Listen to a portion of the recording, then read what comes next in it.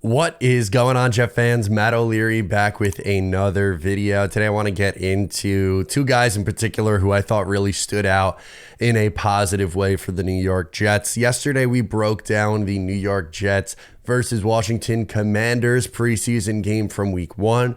We went drive by drive, hit on the key moments, and also at the end touched on some key players, but wanted to go a little bit more in depth than just the breakdown that we saw yesterday. So figured why not get into that a little bit more today. Before I get into the two names that I really wanted to focus on from this one, some honorable mentions who I think were also worth talking about that I did talk a lot about yesterday.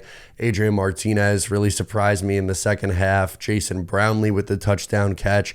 Isaiah Davis, I thought, ran the ball well. Jarek Bernard Converse. I don't know why it was tough for me to get that out. Jarek Bernard Converse also had a strong game in my opinion, but I would also like to get into these two guys in particular, starting with Braelon Allen. So the numbers do pop off the page. 6 carries for 54 yards. That's 9 yards per carry. The dude was very tough to bring down, and everyone saw the truck stick. We love that about him. He's very, very challenging. Once he hits the second level, he is going to be very, very difficult to bring down. But there were also a couple other little things that maybe didn't get seen as much or isn't going to get highlighted as much that I thought stood out to positives. I want to start with him in pass protection. So remember last year, Izzy Abanikanda couldn't get on the field because of pass protection, and it's a little frustrating one because, it was still late in the year and that was an issue for him.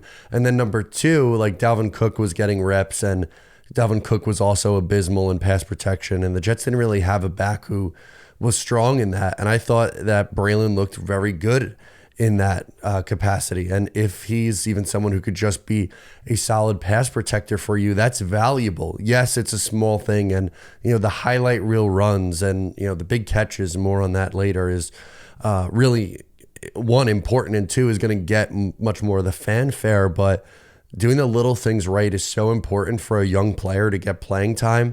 And Braelon Allen looking like he's having success already at the NFL level against starters too is strong. That's a very good sign for him. Braelon Allen caught a pass that ended up being called back due to a penalty, but something that's underrated about his game is his pass catching ability. Didn't do it a whole lot at Wisconsin, but I thought early on in OTAs and minicamp, we saw him put his pass catching skills on display. You could say the same thing about when training camp started, but wanted to see how it would translate to an in-game situation. And I think he's just someone who's going to end up sneaking out of the backfield, catch a check down. And again, if he gets in space, we know he is very difficult to bring down. He doesn't have that speed that Breece Hall has. I'm not saying that Braelon Allen's slow by any stretch of the imagination. I think his speed for his size is very strong, but his strength to his game is when he's in space and being hard to bring down. And the Jets transitioning to that style of offense, I think, is going to be exciting. And in this game, I thought he really separated himself as RB2. He's done that for really a while now, but I was really impressed with him. And I think the Jets have a good one behind Breece Hall. Robert Saleh also seemed very pleased with Braelon Allen. We've spent a lot of time, Robert, talking about Braelon throughout OTA's minicamp, seeing him flash.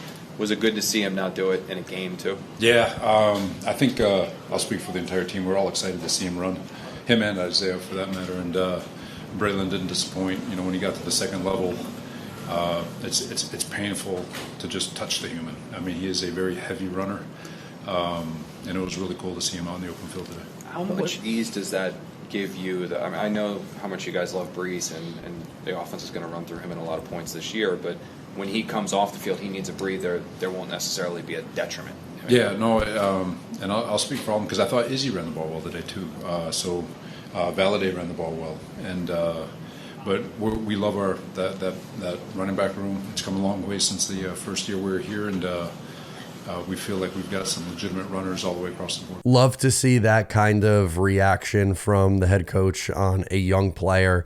He's 20 years old. He hasn't turned 21 yet, which is just absolutely wild, but really good stuff from Braelon Allen. And Also, I think we have to talk about some Leonard Taylor too, the UDFA out of Miami, interior defensive lineman. He had a sack in this game. He had a big tackle for a loss, and he made his presence felt. And, you know, as I mentioned, he's a UDFA, but this is someone who probably should have been drafted.